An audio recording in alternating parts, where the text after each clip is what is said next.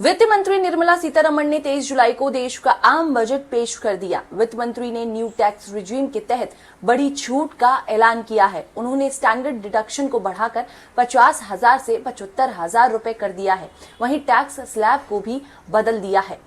इस बदलाव के बाद अब न्यू टैक्स रिजीम के तहत करीबन 7,75,000 सालाना कमाई करने वालों को 1 रुपया भी टैक्स नहीं देना होगा। लेकिन अगर आपकी सैलरी 10 लाख रुपए है तो आइए जानते हैं कैसे आप अपनी पूरी कमाई पर टैक्स बचा सकते हैं और 1 भी रुपया टैक्स नहीं देना पड़ेगा।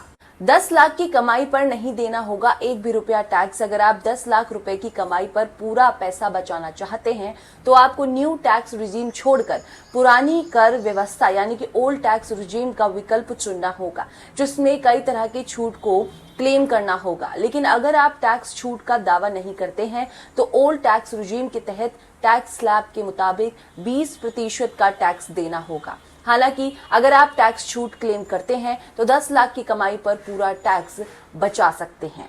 ओल्ड टैक्स रिजीम में कैसे बच सकता है टैक्स? ओल्ड टैक्स रिजीम के तहत स्टैंडर्ड डिडक्शन के तौर पर 50,000 रुपए तक की छूट मिलती है। ऐसे में अब 9,50,000 रुपए पर टैक्स लगेगा।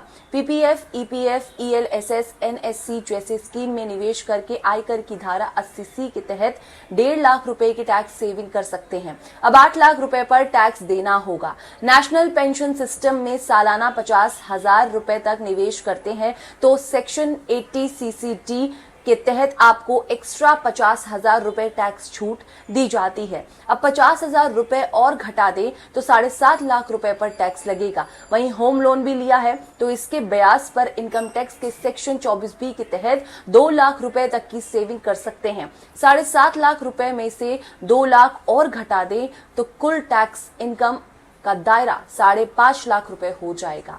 इनकम टैक्स के सेक्शन 80D के तहत मेडिकल पॉलिसी लेकर आप 25,000 रुपए तक टैक्स बचा सकते हैं। इस हेल्थ इंश्योरेंस में आपका, आपकी पत्नी और बच्चों का नाम होना चाहिए। इसके अलावा अगर आपके माता पिता के नाम पर हेल्थ इंश्योरेंस खरीदकर 50,000 रुपए तक की एक्स्ट्रा छूट पा सकते हैं। ऐसे में 5.5 लाख में से 75,000 माइनस करें तो 4,75,000 रुपए कुल टैक्स देनदारी होगी, जो 5 लाख रुपए ओल्ड टैक्स रिजीम दायरे के नीचे होगी। इसका मतलब है कि आपको 10 लाख की सालाना कमाई पर 1 भी रुपए का टैक्स नहीं देना होगा। न्यू टैक्स रिजीम में 10 लाख की कमाई पर कितना देना होगा टैक्स?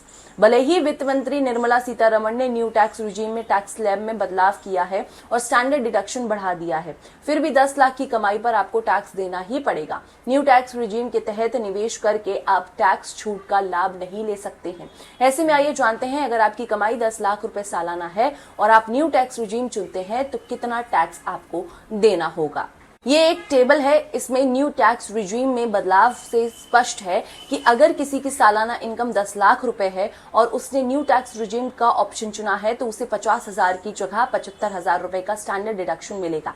यानी कुल टैक्स स्लैब इनकम 9,25,000 रुपए होगी और 52,500 रुपए की जगह सिर्फ 42,500 रुपए टैक्स पेमेंट करना होगा। इसका मतलब है कि न्यू टैक्स रिजीम में अब 10 लाख सालाना कमाने वाले 10,000 रुपए और बचा सकेंगे। तो ये पूरी कहानी थी कि आप किस तरह ओल्ड रिजीम जो टैक्स है उससे पैसे बचा सकते हैं, टैक्स बचा सकते हैं, और न्यू रिजीम जो है उससे कितना आपको टैक्स लग सकता है। बजट को लेकर ये एक अलग किस्म की स्टोरी मुझे मिली तो मैंने सोचा आपके साथ साझा किया जाए और शायद आपका भी कुछ फायदा हो जाए। तो इससे मेरा भी फायदा कराइए। वीडियो को लाइक कीजिए, शेयर कीजिए, सब्सक्राइब कीजिए और शेयर भी कीजिए और ऐसे ही खबरवती को ढेर सारा प्यार देते रहिए। शुक्रिया।